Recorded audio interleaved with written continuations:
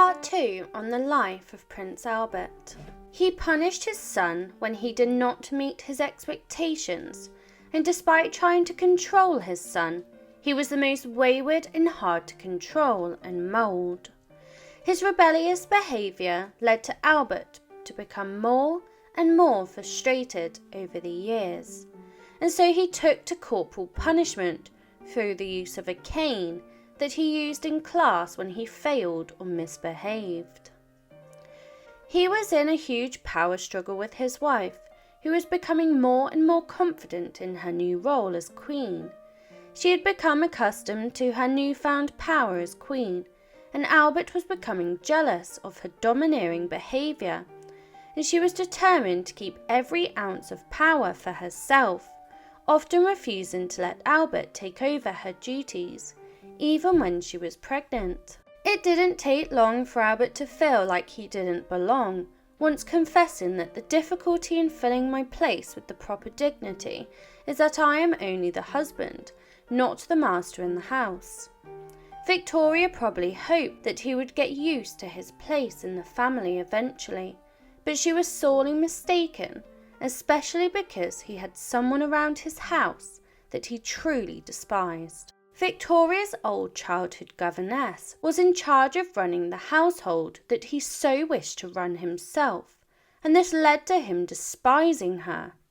He took to calling her names in retaliation, dubbing her the House Dragon. Please continue to support my channel by subscribing. He refused to communicate with her before he tried to push her out of the house by accusing her of putting his children in danger.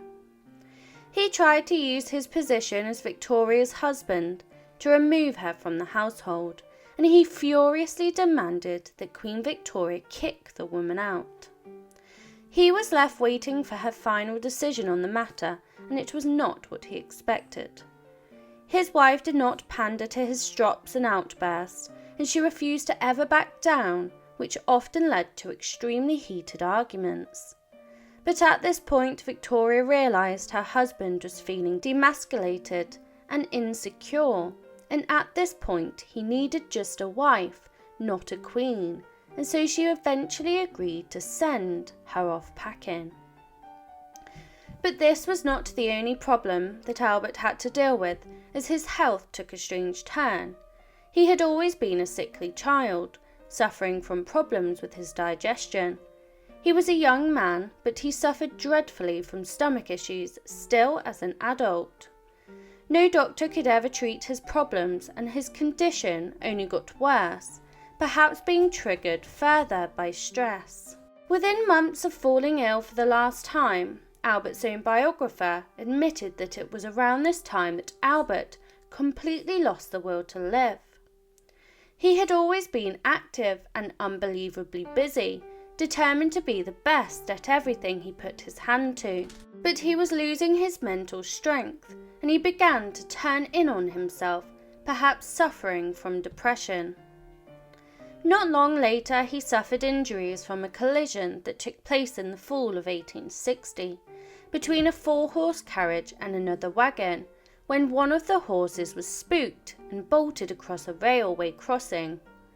Luckily, he took the initiative to flee from the doomed carriage, saving his life before he certainly would have been caught up in the carnage. Albert survived with only a few bruises and scrapes from the incident, but the damage was done. Albert was becoming fearful of death after his near-death experience, and he confided in his brother and his eldest daughter Vicky that he was aware his end was near, despite being very young.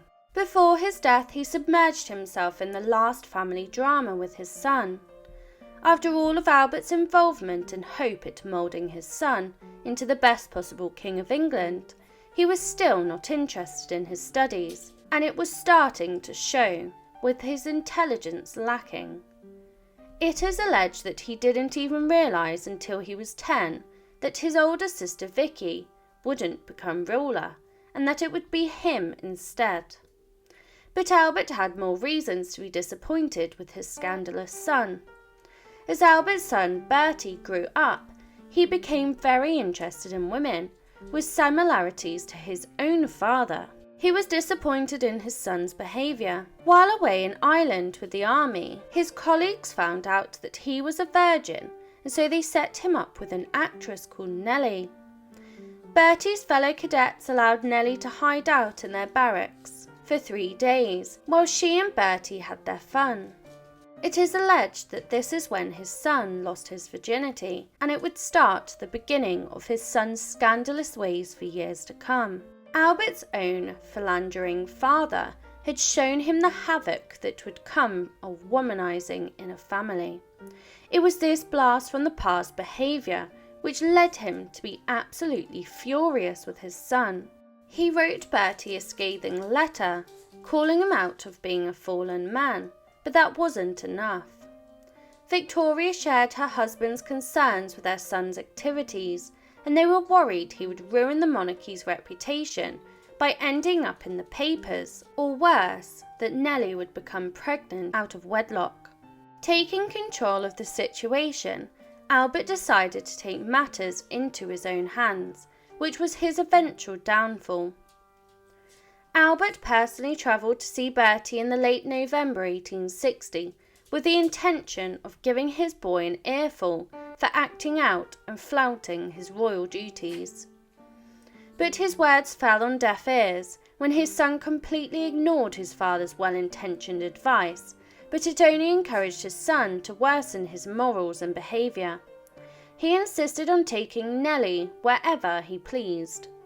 The father and son eventually talked it all through during a long, cold walk in the November rain, and it was this cold, wintry evening that would be a contributing factor in the prince's eventual health taking a downturn. As is well documented, the Queen was a carrier for a rare blood disorder called haemophilia. It was often fatal as it hindered blood clotting, and the disease spread all throughout Europe during her many matchmaking marriages. This disease would lead to devastation in their lives when his baby boy died young. Because of the complexity of genetics, only male haemophiliacs suffered dangerous side effects. So while Albert's daughters Alice and Beatrice inherited the gene to pass to their own children, it was his son Leopold that truly suffered devastating consequences. Leopold died at the tender age of 30 after a cerebral hemorrhage, when his father had already passed, but had he been alive to see it, he would have been devastated. His pain became excruciating when he finally returned home from chastising the relationship between his son Bertie and Nellie Clifton. His chronic stomach cramps worsened, as well as being accompanied by shooting pains running up and down his back and legs. By early December, Albert's state had weakened even more significantly, and the palace called in one of their best doctors to take a look at him. After the doctor's investigation, his grim fate was sealed. The end came quickly with a brutal end, and on the 14th of December 1860, only 3 weeks after he had travelled to confront his son on a cold and wintry walk, Albert died just before midnight in the Blue Room at Windsor Castle. The fallout was unimaginably tragic for many years to come, with Victoria taking a back step from the public and her royal duties. Like Albert, Queen Victoria had never been particularly fond of young Bertie and the impact he was having on the royal family's reputation. It was not surprising that she related Albert's visit with her son and his death, and so she blamed him and his affair with Nellie on killing her husband due to the stress that it was causing him. She was determined to get revenge on him in the best way she could by withdrawing all and any power she could from the heir. She wrote to her eldest daughter that I never can or shall look at Bertie without a shudder. She denied him any political power or position until the day she died, branding him as lazy and inept. Victoria took the news of Albert's death very badly. She withdrew from life and remained in mourning until she died. Not only did she basically disown her son, she became a depressed version of herself, which branded her the nickname the Widow of Windsor. Her private habits were nothing short of bizarre. In the many long years after Albert's passing, Victoria insisted that her servants keep his rooms continually prepared, as if he was going to walk through the doors one day. The servants always made up a bowl of water for him to shave with, as well as laying out new clothes for him to wear. Victoria had spent the rest of her life wearing black, so it was a strange request that she was buried in white with her wedding veil. She wanted to return to the grave with her husband as a renewed bride.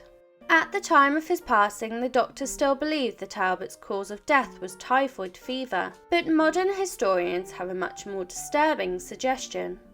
Given Albert's chronic stomach issues, they believed he was probably suffering from a long-term fatal illness like Crohn's disease, making his end not just random bad luck, but an excruciating, drawn-out process. Please continue to support my channel by subscribing.